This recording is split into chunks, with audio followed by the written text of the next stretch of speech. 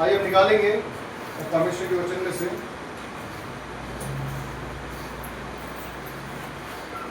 हम निकालेंगे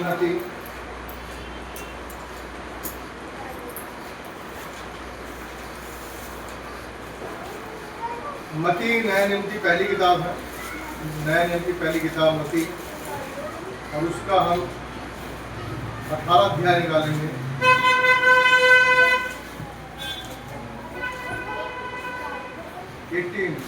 चैप्टर 18 मती 18 अध्याय,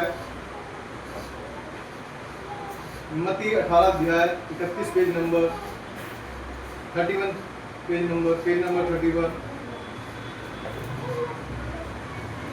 Matthew chapter 18 verse 27, page number 31, 27।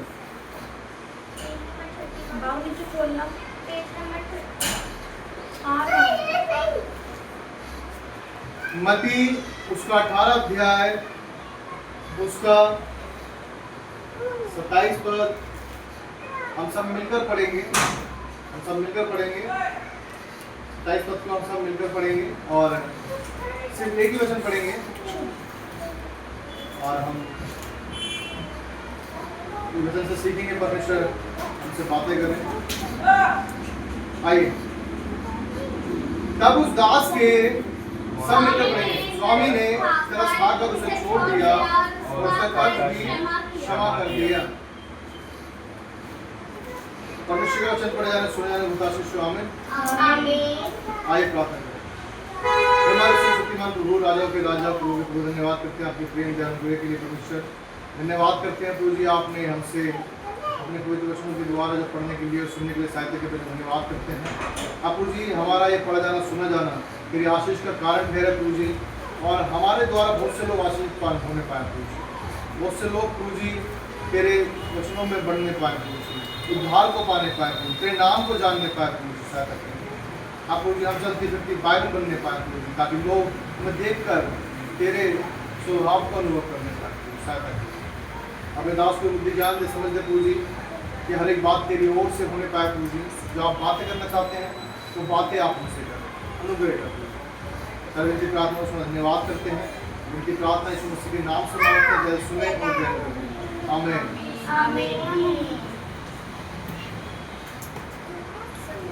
यहाँ हमने वचन में देखा, और जब वचन को देखते हैं तो बड़ा अच्छा वचन है, और लिखा है इस तरह से, तब उस दास के स्वामी ने तरस खाकर उसे छोड़ दिया और उसका कर्ज भी क्षमा कर दिया। हालेलुया। इतनी आनंद की बात नहीं है। अगर हम लोगों ने, जैसे मैं बताता हूँ आपको, मैंने भी कुछ घर बनाते लिया है ना, अगर कोई बैंक वाला आकर कहे मुझे इस बैंक से लोन लिया है, क्या आकर कहे कि भाई आपका लोन माफ हो गया, और मैं कितना खुश हो जाऊंगा ना, और भाई ये खुशी का ध्यान होगा नहीं होगा। ओ प्रभु, कितना अद्भुत काम है आपने किया। अब ऐसा ही यहाँ पर जब वचन को पढ़ते हैं, आप घर जाके पढ़ सकते हैं इसको पूरे शब्दों को। यहाँ पर दो कर्जदार हैं, है ना? क्या है? दो कर्जदार हैं, एक ने ज्यादा लिया और एक ने कम लिया। अब दोनों कर्जदार होने के बावजूद एक ने माफी मांगी कि भाई मेरे पास नहीं है, मुझे छोड़ दे, और उसने क्या करा, तरस खाकर छोड़ दिया। लेकिन उसी से किसी ने कम लिया तो उसको से नहीं छोड़ा। ये कौन सी बात आती है? ये कौन सी बात आती है? इस बात से हम समझते हैं कि हम जो लोग हैं दूसरे से तो एक्सपेक्ट करते हैं कि हमें क्या मिले, फेवर मिले, लेकिन हम किसी के लिए फेवर नहीं करेंगे। ऐसे तो है, मेरा क्षमा हो गया, मुझे बड़ा अच्छा लग रहा है, मेरा क्षमा हो गया जी, लेकिन दूसरे का क्षमा नहीं करूंगा। मेरा 10,000 क्षमा हो गया है, लेकिन किसी का मैं 1000 क्षमा नहीं कर सकता, माफ नहीं कर सकता। इतनी ये आजकल इंसानों में ये तो है, इंसानों में यही तो है। आज इंसान जो है, यदि आप मैं ज़्यादा ऑफिस की एग्जांपल इसलिए आया था कि ऑफिस में देखता रहता हूँ मैं कि जहाँ पर लोग क्या है, अपना कमाने के लिए कुछ भी हद तक जाते हैं या बहुत कमाते हैं, लेकिन क्या करते हैं, देना उनके मन में नहीं, ना ही अपने ऊपर खर्च करना उनके मन में। उनसे दूसरों से वो चाहते हैं कि हमें मिले, लेकिन वो देना नहीं चाहते। क्यों? क्योंकि उनके पास ज्यादा है। अब मैं छोटे से एग्जांपल से आपको समझाऊंगा, उसके बाद ये वचन में चलेंगे। ये वचन के वचन नहीं है, लेकिन लाइफ से क्या है हम सीखते हैं। इस तरह लोग हो चुके हैं। हमारे ऑफिस में बहुत से लोगों की क्या सैलरी है, 1 के ऊपर है ना, 1+ है, 1 लाख से ऊपर सैलरी है बहुत से लोगों की, जो बड़े बड़े पोस्टों पर है। अब उनके अंदर क्या दिक्कत है, पहले मुझे बताया किसी ने कि वहाँ पर ऐसा होता था, किसी घर में कोई एक्सपायर हो गया है ना, एक्सपायर हो गया तो क्या करते हैं, ऑफिस के जितने बंदे थे उनकी 1 दिन की छुट्टी काट देते थे, और जो पैसा उससे बनता था वो उस परिवार को दे देते थे, है ना, उसकी हेल्प हो जाएगी। अब 100 लोग हैं, 100 ने 1000 बचाया, 1 लाख रुपए हो गए, है ना। 100 ने 1000 बचाया तो 1 लाख रुपए हो गए। एग्जाम्पल के लिए ऊपर भी हो सकते हैं। लेकिन उनमें कुछ ऐसे थे जिनकी सैलरी 1 लाख रुपए थी, जिनकी 10,000 सैलरी थी, 20,000 सैलरी थी, वो 1000-2000 रुपए कटवाने में उनको, सॉरी 10,000 के 300 रुपए बनेंगे, 300, 350, 500 रुपए, 1000 रुपए कटवाने में कोई दिक्कत नहीं होती थी। पर डे एक बार, सिर्फ एक बार महीने की सैलरी में से एक बार कटवाना था, सिर्फ एक बार, वो भी जब वो एक्सपायर हो रहा था महीने के अंदर, किसी की हेल्प हो जाए, है ना। अब लेकिन जिसकी सैलरी 1 लाख रुपए थी, उसकी कितने कट रहे हैं, 3,000 रुपए, 3,000 प्लस कट रहे हैं। अब वो क्या कर रहे हैं, डर रहे हैं, बोले हम नहीं देंगे पैसे यार, किसके घर में जो हुआ है हम क्या कर सकते हैं, इसमें हमारी सैलरी काटने का मतलब क्या होता है, ये वो 3,000 बन जाएंगे, कट जाएंगे, ये हो जाएंगे। आप सोचिए, 10,000 देने वाला तो तैयार है, 20,000 वाला भी देने तैयार, 30,000 देने वाला भी तैयार, लेकिन लाख वाला क्या है, उसको दिक्कत हो रही है, क्योंकि मन के अंदर से तरस क्या है, खत्म हो चुका है। लेकिन प्रभु ने हमें क्या करा, तरस खाया है, हम क्या है, तरस खाया। मैं भी आपकी मेरी नमसो विधि गाना शायद मैं सुना होगा आप लोगों ने कि दीपक है मेरी राहों का तेरा रोशन, है ना, दीपक है मेरी राहों का तेरा रोशन, बड़ा अच्छा सॉन्ग है उसमें, और उसकी वर्डिंग भी अच्छे हैं और गाय भी अच्छा है। वो उसमें वो जो वैश्या वाला सीन था, उसके अंदर वो सीन दर्शाया गया कि वो वैसे आती है और क्या है, उसके आंखों से आंसू आ जाते हैं, वो उसके पैर पे गिर जाती है, यीशु मसीह के ना, क्या होता है, वो बड़ा मतलब वो व्यभिचारिणी थी, है ना, उसको क्षमा हुआ उस पर, और क्या हुआ, वो मुझे दृश्य याद आया कि वो किस तरह से उसने, जब उसके आंसू उसके पैर पे गिरे होंगे, और यीशु मसीह ने क्या करा, उसे माफ किया कि अब जा, फिर से पाप मत करो। हालेलुया। ये वो तरस वो जान सकता है जिसके ऊपर इतना बड़ा अनुग्रह हुआ है, इतना बड़ा तरस खाया गया है, जिसका क्षमा हुआ है। याद रखिएगा, परमेश्वर हमसे प्रेम करते हैं। जब बड़ा अच्छा लगता है कि सच में जब किसी का ज्यादा क्षमा होता है तो उसको भी आगे क्षमा करना चाहिए। लेकिन लोग आज क्या है, जब खुद क्षमा हो जाते हैं लेकिन सामने वाले के अंदर उसको कमियां दिखने लगती है।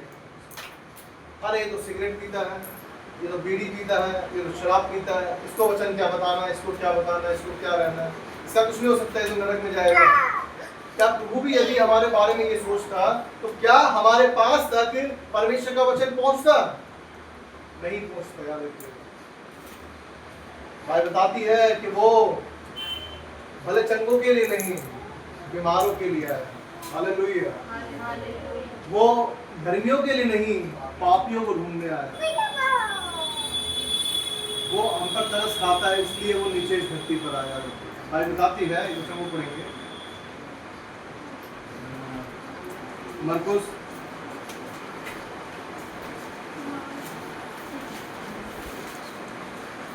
6 अध्याय मरकुस 6 उसका 33 और 34 पद पढ़ो। 33 और 34। बहुतों ने उन्हें जाते देखकर पहचान लिया और सब नगरों से इकट्ठे होकर वहां पैदल दौड़े और उनसे पहले जा पूछे। उसने उत्तर कर बड़ी भीड़ देखी और उन पर तरस खाया, क्योंकि वह उन भेड़ों के समान थे जिनका कोई रखवाला न हो, और वह उन्हें बहुत सी बातें सिखाने लगा। उन पर तरस आया, क्यों? क्योंकि उनको यीशु मसीह को दिखा कि इनका कोई रखवाला नहीं है। याद रखिए कि हम भी भीड़ में क्या है, खोए हुए थे, अन्य जाति के लोग हैं, प्रभु ने क्या हम पर दया किया। याद रखिएगा, इस्राएलियों ने क्या करा, जब इनकार किया तो हम पर क्या है, प्रभु ने अपनी दया दिखाई। हालेलुया। हम तो गिनती में ही नहीं थे। भीड़, बाइबल बताती है, जब भीड़ को देखा उसने, और भीड़ क्या कर रही है, उससे पहले जाकर पहुंच गई है। हालेलुया। परमेश्वर के प्रति कितना प्रेम है। जगह को जब हम देखते हैं, जब उसने देखा कि यीशु मसीह के बारे में मैंने सुना है, वो पेड़ पर जाकर बैठ गया, क्योंकि वो नाटा था। उसने सोचा कि जाकर ऊपर बैठूं ताकि वो जब वो आए तो मैं भी देख सकूं। हालेलुया। ये प्रेम है परमेश्वर का। उस स्त्री को ये विश्वास था कि मैं उसके आंचल को छू लूंगी तो चंगी हो जाऊंगी। वो उसके पीछे दौड़ने से, पीछे भागने से हटी नहीं, वो भीड़ के डर से नहीं हटी। हालेलुया। कितनी अद्भुत बात है कि उसने उस परमेश्वर की तरफ को देखा कि वो दया करने वाला परमेश्वर है। यदि मैं उसकी ओर जाऊंगी तो मैं जरूर निजात को पाऊंगी। हालेलुया। कितनी अद्भुत बात नहीं है कि प्रभु उन पर तरस कर रहा है। अभी जब पूरे बात कर रहे थे कि लोग क्या है, कम होते जा रहे हैं। क्यों? इधर ही नहीं, हर जगह पर देखेंगे। क्यों? क्योंकि प्रेम ठंडा होता जा रहा है। कुछ लोगों को लगता है कुछ हो तो रहा नहीं है, इतने सालों से जा रहे हैं, कुछ हो गए हैं, इतने सालों से जा रहे हैं, इतने दिनों से मांग रहे हैं, दे ही नहीं रहा परमेश्वर, पता नहीं है भी या नहीं है। 38 वर्ष की रोगी है ना, 38 वर्ष के रोगी ने भी ये नहीं सोचा, उसने भी अंतिम समय तक कोई नहीं, कभी तो वो दिन आएगा जो विश्वास लगा। हालेलुया। उसने विश्वास रखा कि वो कौन सा परमेश्वर है, तरस खाने वाला परमेश्वर। उसे पता है वो दया करेगा मुझ पर, आज नहीं तो कल, लेकिन जरूर जब उसका समय आएगा मुझ पर जरूर। यही कंडीशन है, मांगो तो तुम्हें दिया जाएगा। निरंतर प्रार्थना में बने रहो, निरंतर प्रार्थना में लगे रहो। आपकी प्रार्थना रुकनी नहीं चाहिए। आपकी प्रार्थना अपने लिए ही नहीं, वरन लोगों के लिए, अपने दोस्तों के लिए, परिवार वालों के लिए, देश के लिए, सबके लिए प्रार्थना होती रहनी चाहिए, ताकि जैसा आपने दूसरे के लिए किया है, दूसरे के लिए मांगा है, वैसे ही परमेश्वर आपके लिए भी करने पाए। आमीन। लेकिन परमेश्वर क्या है, हमारी ओर देख रहा है। यहाँ देखते हैं भीड़ के लिखा है, उसने उतर कर बड़ी भीड़ देखी और उन पर तरस खाया, क्योंकि वह उन भेड़ों के समान थे जिनकी कोई रखवाला ना हो, और वह उन्हें बहुत सी बातें सिखाने लगा। वो समय है जहाँ पर रोटी, कितनी रोटी थी? 5 रोटी 2 मछली से क्या है, 5000 लोगों को खाना खिलाया और बच भी गए। कितने टोकरे बचे? 12 टोकरे बचे। भाई बताना चाहती है आपको कि जब आप परमेश्वर के लिए खर्च होते हैं, जब परमेश्वर से प्रार्थना करते हैं, अपने कामों के लिए, अपने भंडारों के लिए, हर एक चीज के लिए परमेश्वर प्रार्थना करते हो, परमेश्वर आपको 12 महीने के 12 महीने संभाल के रखता है, भरपूर रखता है। याद रखिए 12 टोकरी भरकर बचे, 12 टोकरी। परमेश्वर ने बताया पूरा साल भर, चाहे अकाल हो, कुछ भी हो, लेकिन तुम्हारी घटी नहीं होगी, तुम्हारी घटी नहीं होगी। लिखा है, भजन संहिता पढ़ेंगे, भजन संहिता 34 अध्याय 34।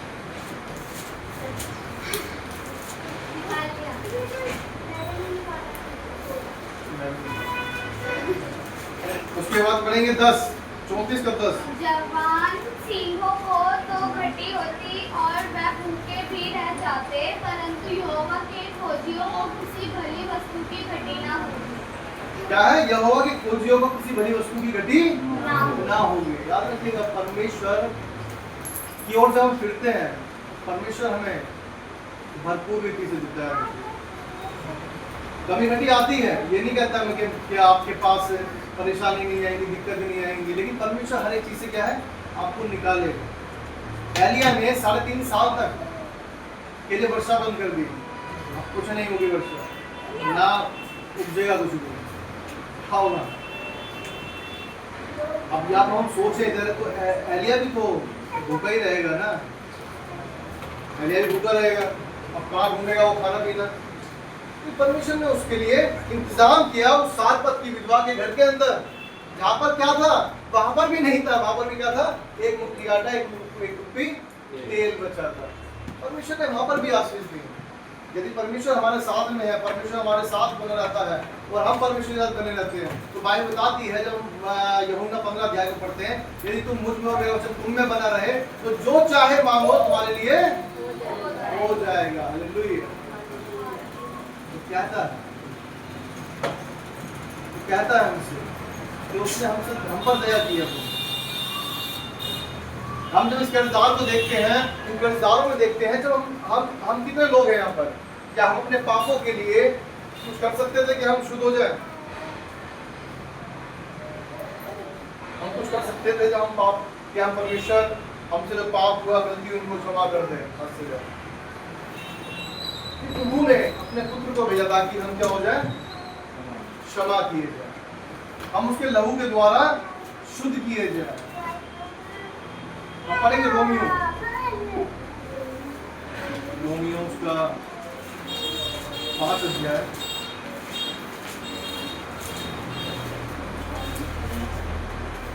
रोमियो 5 उसका 8। परंतु परमेश्वर हम पर अपने प्रेम की भलाई इस रीति से प्रकट करता है कि जब हम पापी ही थे तो भी मसीह हमारे लिए मरा। तभी हम मसीह हमारे लिए मरा। क्या है? पापी थे। ये तरस से याद रखिएगा, क्या है? तरस है। हम तो पापी थे, लिखा है, परंतु परमेश्वर हम पर अपने प्रेम की भलाई इस रीति से प्रकट करता है कि जब हम पापी ही थे तभी मसीह हमारे लिए मरा। पापी जब थे, ऐसा नहीं था कि हम बहुत अच्छे थे, ओहो ये भाई ये तो बच्चा बहुत बढ़िया है, ये लड़का तो बहुत बढ़िया है, और एक बेटी तो बहुत बढ़िया है। ऐसा नहीं था कि बहुत अच्छे थे हम, कि हमें परमेश्वर ने हमारे लिए मरा। जब पापी थे तभी हमारे लिए मसीह मरा। चाहे हम चोरी कर रहे थे, चाहे डाके डाल रहे थे, चाहे हम झूठ बोल रहे थे, चाहे हम कुछ भी कर रहे, पाप कर रहे थे, लेकिन परमेश्वर ने हम पर दया दिखाई कि आज से फिर तू ये पाप मत कर। तभी मसीह हमारे लिए मरा, क्योंकि वो चाहता है कि हम जो पाप में थे उन पापों को छोड़कर क्या करें, अब परमेश्वर के लिए जिए, परमेश्वर की महिमा करें, परमेश्वर के लिए अपने जीवन को बिताएं। ऐसा नहीं करना है कि हम अपने जीवनों को ऐसे बिता दें जैसे कि आज नॉर्मल दुनिया में किसी का जाओगे, किसी का कोई उद्देश्य नहीं है। याद रखिएगा, जीवन का उद्देश्य किसी के पास नहीं है। क्या रहता है, क्या बोलते लोग, डेली यही है, जाना है, आना है, खाना है, पीना है, सोना है, फिराना है, और उसके बाद मरने तक क्या, तो कोई इससे पहले क्या करना है, कोई प्लान नहीं है। और मरने के बाद क्या होगा ये भी प्लान नहीं है, लेकिन हाँ ये प्लान जरूर है कि मरने के बाद हमें दूसरा जीवन मिल जाएगा, ये जरूर पता है। लेकिन according to Bible there is no another birth, है ना, दूसरा जन्म नहीं है यहाँ पर दूसरा जन्म नहीं मिलेगा आपको, सिर्फ एक ही जन्म है। प्रभु में नया जीवन हम पाते हैं 32वें के द्वारा, जब उसे ग्रहण करते हैं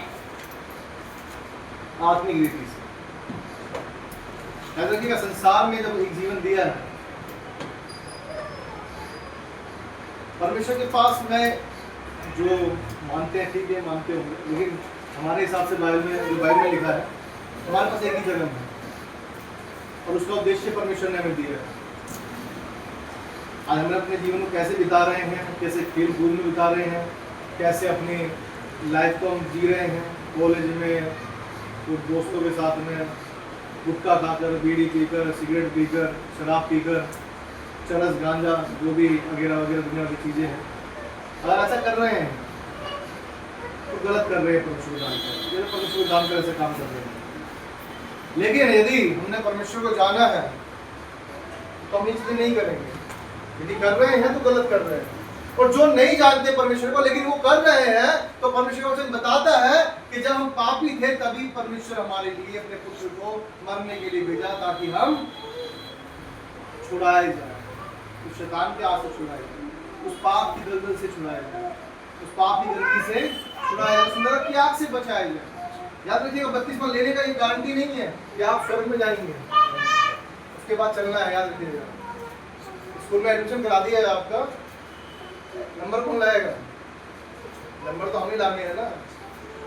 बाइबल बताती है, यीशु मसीह कहता है कि मैं जाता हूं और तुम्हारे लिए जगह तैयार करता हूं। हालेलुया। लेकिन क्या हम उस जगह को तैयार करने के लिए कुछ काम कर रहे हैं? वो तैयार कर रहा है जगह, अपलोड दे दिया, अपलोड का मकान कौन बनाएगा? और हमारे माँ बाप, जैसे हम इस घर में रह रहे हैं, दादा की प्रॉपर्टी थी, हमें लगा होगा शायद देखना चाहिए, दूरी है उन्होंने, कारण नहीं लगते तो हमें नहीं देते। जैसे हमारी फैमिली में है, एक चाचे को देना था लेकिन उन्होंने नहीं दिया, क्योंकि उनको लगा नहीं है, ये योग्य नहीं है। हम दूर की जाने से एग्जाम्पल से हम सीख सकते हैं कि जब आप योग्य होते हैं तो परमेश्वर आपको देता है। योग्य कब? जब मसीह होने के बाद, जब परमेश्वर को आपने जान लिया, तब आपको योग्य बने रहना है। याद रखिएगा, जब हम मसीह में आए उससे पहले तो हम अयोग्य थे, लेकिन अब अपनी जो योग्यता परमेश्वर ने हमें दी है, उस योग्यता को बनाए रखना है, उसको योग्यता को बढ़ाना है। याद रखिएगा, आज जब हम स्कूल यूट्यूब पे देखें या किसी भी इस पर देखें तो बहुत से चैनल्स आ गए हैं अपनी स्किल्स डेवलप करने के लिए। पढ़ाई के साथ साथ कुछ और भी सीखेंगे, इसके लिए आने के टाइम में आपको जरूरत पड़ेगी। सिर्फ पढ़ाई से कुछ नहीं होगा, आप चाहे फर्स्ट आ रहे हो, सेकंड आ रहे हो, कुछ भी आ रहे हो, उनके साथ में स्किल आनी चाहिए, तुम्हें कुछ नई चीज़ आनी चाहिए। तब आपको क्या है, जॉब के अंदर प्रमोशंस मिलेंगे, आपको जॉब के अंदर हाइक मिलेगी, तब आप अच्छी जॉब्स को ले पाएंगे। इसलिए क्योंकि आपको उसको बढ़ाना है। जब हम मसीह ने हमें चुना और हम जब उस परमेश्वर के अनुग्रह के अंदर आ गए हैं, तो हमें बरकरार रखना है, अपने आप को बढ़ाना है, अपने आप को। ऐसा भी नहीं कि मैं बच गया हूँ, अब मैं किसी को नहीं बचाने वाला, मैं किसी को परमेश्वर के बारे में नहीं बताने वाला, मैं तो बच गया, काफ़ी है, जरूरत क्या किसी और की। ऐसा होता है ना। अब बहुत से लोग, बहुत से रिश्तेदार तो हमारे बीच नहीं होते हैं, क्या करते हैं, अरे मैं नहीं बताऊँगा इसे, इससे मेरी बनती नहीं है, इससे मेरी बनती नहीं है। अरे भाई, तेरी नहीं बनती, परमेश्वर की तो बनती है। परमेश्वर ने तो अपने बेटे को इसलिए भेजा ना कि सब बचाए जाए। अगर उसकी भी ना बनती तेरे से तो तू भी ना बचता। उस तरस को याद रखिएगा। परमेश्वर कहता है कि वो तरस करने वाला परमेश्वर, तरस खाने वाला परमेश्वर। बाइबल बताती है, एक वचन में पढ़ेंगे, आइए मत्ती में देखेंगे, मत्ती उसका 6 अध्याय, मत्ती 6 अध्याय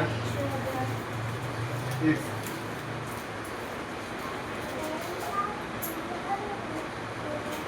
मत्ती 6 अध्याय और उसका 12, मत्ती 6:12।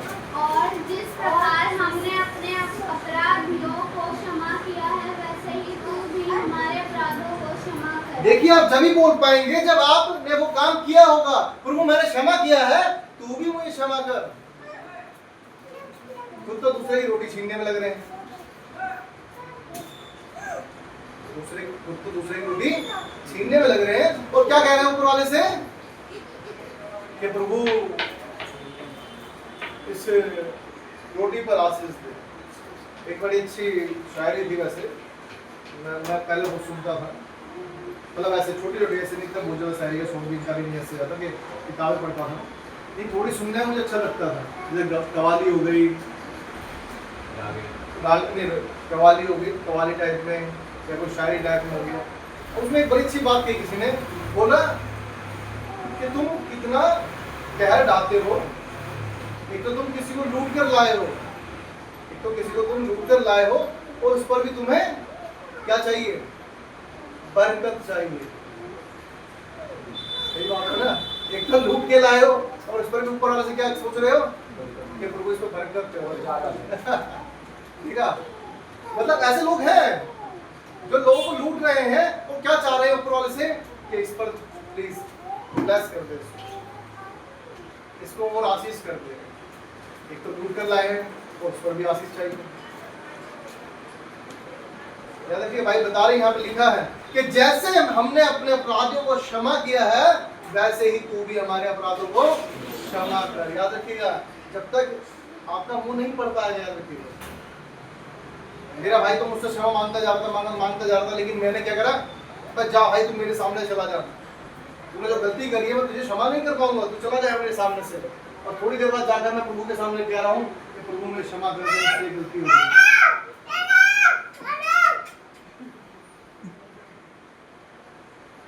क्या है? जब हमने क्षमा नहीं किया तो हम क्षमा के हकदार भी नहीं है। यार, हम क्षमा के हकदार नहीं है। आपने किसी को रोटी नहीं दी मांगते हुए को, तो आप भी रोटी के हकदार नहीं है। आपने किसी को अगर समय पर उसके काम नहीं आए, आ सकते थे काम, लेकिन आप काम नहीं आए, तो आप भी किसी से सहायता के लिए हकदार नहीं है। याद रखिएगा, परमेश्वर अपने वचनों में हर चीज बताता है हमें, किस तरह जीवन जीना है, तो सीखने का, किस तरह चलने का हमें सलीका बताता है, किस तरह हमें चलना चाहिए, किस तरह रहना चाहिए। आज यदि हम अपने जीवन को बस अपने ऐसे ही बिता रहे हैं, हमारे जीवन में परमेश्वर का जो अनुग्रह है, जो उसका तरस है, उसकी दया है, अगर उसे हमने नहीं चखा है, तो इसका मतलब क्या अपने जीवन को क्या कर रहे हैं, व्यर्थ बिता रहे हैं। बाकी दुनिया के लोगों के पास भी कोई आशा नहीं है। याद रखिए, यदि उनके पास नहीं है, हमारे पास भी नहीं है, तो हमारा मसीह बनाना बेकार है, यार, व्यर्थ है। आज हमारे जीवन में बदलाव होना चाहिए, हमारे जीवन में कुछ अलग होना चाहिए जो लोगों से अलग दिखे। अगर हम वैसे ही हैं जैसे वो हैं, तो फिर हमें और उनमें कोई फर्क नहीं है। याद रखिए, उस परमेश्वर की तरफ को याद रखिएगा। हमने वचन में देखा, हमने वचन को पढ़ा, अभी किसमें पढ़ा हमने? मती में। मती उसके 18 के 27 पद जो हमने पढ़ा, लिखा है, तब उस दास के स्वामी ने तरस खाकर उसे छोड़ दिया तो उसका कर्ज भी क्षमा कर दिया। एक तो सजा मिलने वाली थी, तो सजा मिलने वाली थी, और उस पर क्या कर दिया, जो कर्ज था उसका वो माफ कर दिया। वो कैद में जा सकता था, लिखा होता ना पशुओं भी, लिखा होगा आपने कि बिना टिकट के पकड़े जाने पर पता नहीं 15 दिन की कैद है, और कितना रुपये जुर्माना था, 1000 2000 कुछ ऐसे लिखा हुआ। अब 5000 हो गया होगा, लेकिन क्या बहुत दिन हो गए मुझे बस में भूल गया मैं, लेकिन लिखा रहता है कि 15 दिन की कैद भी होगी और सजा भी होगी, फाइन भरना पड़ेगा। परमेश्वर ने क्षमा किया है, परमेश्वर ने क्या कर दिया, हमें क्षमा कर दिया। जो मार पड़नी थी हम पर वो भी माफ कर दी, और जो हमें चुकाना था वो भी माफ कर दी। जाओ, खुश रहो, आनंदित रहो, प्रभु में भरे रहो, प्रभु के वचनों से भरे रहो, प्रभु की आत्मा से भरे रहो। याद रखिएगा, आज यदि हमारा जीवन परमेश्वर के अनुसार नहीं चल रहा है, तो हम अपने जीवन को क्या कर देंगे, बर्बाद कर देंगे। हमारे जीवन में परमेश्वर होना चाहिए, उसका प्रेम होना चाहिए, उसकी दया होनी चाहिए, और जो हम पा रहे हैं वही हम लोगों को देने वाले भी हैं। अगर हम नहीं दे रहे हैं तो इसका मतलब हम क्या करते हैं, अपने साथ क्या करते हैं, खिलवाड़ करते हैं। आइए हम उसको देखेंगे, हम निकालेंगे उत्पत्ति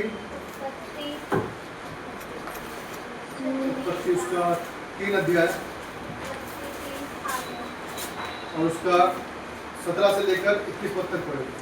और आदम से उसने कहा, तूने जो अपनी पत्नी की बात सुनी और जिस वृक्ष के फल के विषय में मैंने तुझे आज्ञा दी थी कि तू उसे ना खाना, उसको तूने खाया है, इसलिए भूमि तेरे कारण शापित है। तू उसकी उपज जीवन भर दुख के साथ खाया करेगा, और वह तेरे लिए कांटे और कटोरे मिलेगी, और तू खेत की उपज खाएगा और अपने माथे के पसीने की रोटी खाया करेगा, और अंत में मिट्टी में मिल जाएगा, क्योंकि तू उसी में से निकला गया है। तू मिट्टी तो है और मिट्टी ही में फिर मिल जाएगा। आगे आदम ने अपनी पत्नी का नाम हव्वा रखा, क्योंकि जितने मनुष्य जीवित है उन सब की आदि माता वही हुई। और यह हुआ परमेश्वर ने आदम और उसकी पत्नी के लिए चमड़े के अंगरखे बनाकर उनको पहना दिए। यहाँ पे देखिए आज्ञा को तोड़ा गया ना, यहाँ पर आज्ञा को तोड़ा गया, और आज्ञा तोड़ने के बाद क्या हो सकता था? यहाँ पर क्या हो सकता था? परमेश्वर ने कहा था यदि फल खाओगे तो क्या हो जाओगे? मर जाओ। वो आत्मिक रीति से मर गए, और यहाँ पर परमेश्वर चाहता भी तो ना खत्म कर सकता था, है ना? परमेश्वर चाहता तो क्या कर सकता था? खत्म कर सकता था, लेकिन प्रभु ने उसको उन पर क्या करी? दया की। आज याद रखिए, हम भी बहुत सी गलतियां कर रहे हैं, परमेश्वर दया कर रहा है। कोई नहीं, कल सुधर जाएगा, परसों सुधर जाएगा, परसों सुधर जाएगा, आदमी तो कल सुधर जाएगा, लेकिन सुधर जाएगा। यहाँ पर जब हम देखते हैं आदम और हव्वा को क्या करा? उस वाटिका से निकाल दिया गया। और बाइबल में जब तरस की जो बात देखते हैं, एक तो ना जीवित छोड़ा गया, और दूसरी चीज 21 पद दोबारा पढ़ेगा कुछ से।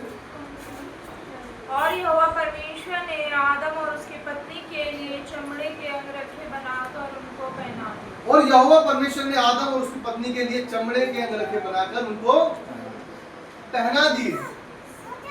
अब आप सोचिए, देखिए जब प्रभु को पता चला, क्योंकि उन्हें ही पता चल गया इस चीज के लिए, क्योंकि वो छुपे हुए थे। क्या कह रहे थे? क्या कर रहे थे? छुपे हुए थे। उन्होंने कहा कहाँ हो? हम आ नहीं सकते क्योंकि हम नंगे हैं। उन्होंने एक्सेप्ट किया चीज, क्योंकि हम नंगे हैं। और याद देखिए कि याद रखिएगा, उससे उन्होंने नाश नहीं किया। प्रभु क्या किए? क्या किए? मौका दिया कि जाओ, अब तुम क्या है, अब तो तुम्हें वैसे ही मिलता था सब कुछ, अब तुम्हें उठा के खाना पड़ेगा, अब तुम्हें खाना पड़ेगा, मेहनत करके खाओ, अब खून पसीने का खाओगे तो। और जो वाइफ थी, अब तुम्हें बच्चे को जन्म देना पड़ेगा पीड़ाओं के साथ। लोग मानते हैं इस चीज को इस तरह से कि जब एक स्त्री बच्चे को जन्म देती है तो वो क्या दूसरा जन्म कहते हैं एक तरह से, क्योंकि शायद पीड़ा का जो स्तर है वो ऊंचा होता होगा, इसलिए कहते हैं दूसरा जन्म एक तरह से कहते हैं। बहुत से लोग कहते हैं इस बात। आप सोच सकते हैं कि परमेश्वर उस अवस्था में भी परमेश्वर लोगों को संभालता है। हालेलुया। उसकी दया अपने लोगों पर बनी रहती है। आप सोचिए कितनी अद्भुत बात है, कितनी अद्भुत बात है कि प्रभु ने जब वो नंगे थे उनके लिए अंगरखे बनाकर उनको पहनाया। ये तरस ही तो है। वो कहता तो क्या कह सकता था प्रभु? निकालो इन्हें बाहर यहाँ से। जब लूसीफर को उसने स्वर्गदूतों से बाहर निकाल दिया तो क्या कह सकता था परमेश्वर?